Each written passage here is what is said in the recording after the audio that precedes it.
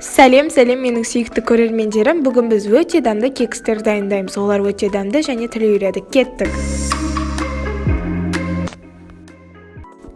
4 жұмыртқаға құмшекер қосып миксерлейміз. 3 минут 2 минуттай миксерлейміз. Видеодағыдай қою қоспа шығу керек. Тестамыз 2 есе ұлғайғанша араластырамыз. Тестамыз осындай қою болу керек. Енді үстінен сүт құямыз.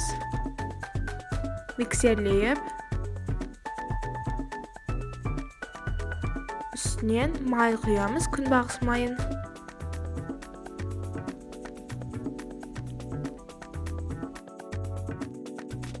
Електен өткізілген ұнға разрыхлитель қосып, араластырып, жаңағы қоспамызға қосып, миксерлейміз.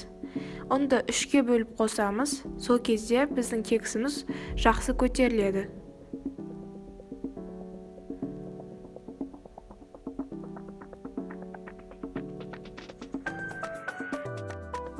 Міне, бізде осындай теста пайда болады.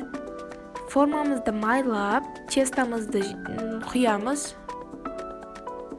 Форманы столға ұрып жіберіп, пешке 180 градусқа 40 минутқа жібереміз. Міне, біздің кексіміз пісті. Ол өте дәмді болып шығады. Және өте үлкен, массасы үлкен, әдемі болып шықты. Сіздер де дайындап көріңіздер. Міне.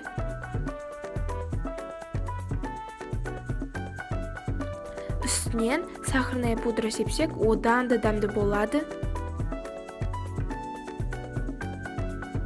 Сіздерге осы рецепті кеңес етемін, себебі бұл рецепт қайталанбас әрі дәмді рецепт.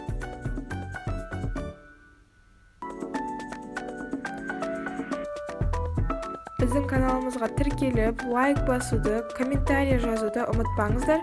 Сіздермен болған Олжан, сау болыңыздар.